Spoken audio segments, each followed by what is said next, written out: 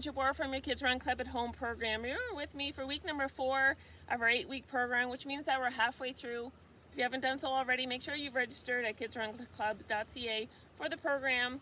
Our theme this week is one of my favorites. It is sunrise and sunset runs. So I'm in the beautiful Herring Cove. It is going on to about 6 o'clock. We're getting ready to watch the sun come up, so I'm going to record it and share it with you guys. If you're not early risers, you can always watch the sunset, so you can do your run before or after sunrise or sunset.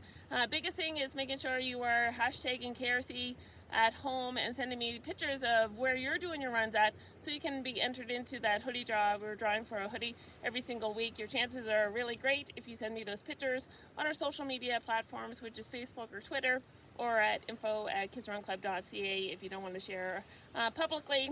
Okay guys, enjoy the sunrise, and I'll be back afterwards with your distances.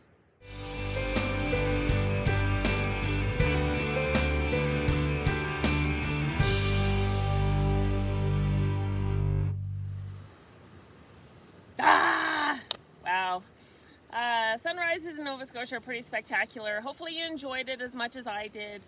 So for your distances this week, for our 2-kilometer goal runners, you are doing 1.25. For our 4-kilometer goal runners, you are doing 2 kilometers. And for our 5-kilometer runners, you are doing 3 kilometers. And again, we recommend that you run about 3 times a week at these distances. Okay, hopefully you enjoyed the sunrise. Make sure you're setting your alarms. It's about 6 o'clock or so. Sunsets are about 8:50. Send me those pictures. That's it from me. I'm gonna sit back, have a last little sip of coffee, and enjoy the rest of the sunrise. Okay, up next is our tip of the week videos. So for this week's tip of the week, we're talking about side stitches, how to prevent them, and what to do if you actually do get side stitches on a run. Some people also call them side cramps. The real name of them is called ETAP, which means exercise-induced transient abdominal pain. Huge word. For the sake of this video, we're going to call them side stitches because it's so much easier. So there's not any real known cause of what brings side stitches on when you're running. There's some theories out there. Some people say it has to do with lack of blood flow to your diaphragm. Other people think it's an irritation of the lining of your abdominal and pelvic cavity.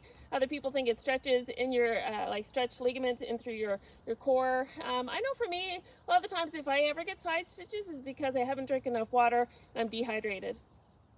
So what's my advice on how to prevent side stitches? First and foremost, you don't want to have a lot of food or water in your belly right before you go out and run. So wait about 2 hours or so after your last big meal before you venture out the door. If you are hungry before you go out, have small little snacky size portions, stuff that's easy to digest in your belly, nothing too big, nothing that's going to create discomfort when you're running. The other thing is you don't want to have huge volumes of liquids in your belly as well. So don't chug a liter or 2 of water before you head out the door. As you get closer to run, take smaller sips of water. You don't want to have a lot of volume sloshing around your belly as you're running. The other thing is having a really good warm-up, getting your muscles ready to start running.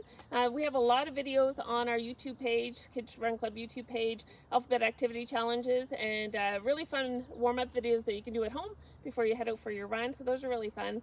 And lastly is build some core strength. Do some sit-ups, do some planks, get your core and your back really nice and strong. And I find that helps as far as preventing side stitches.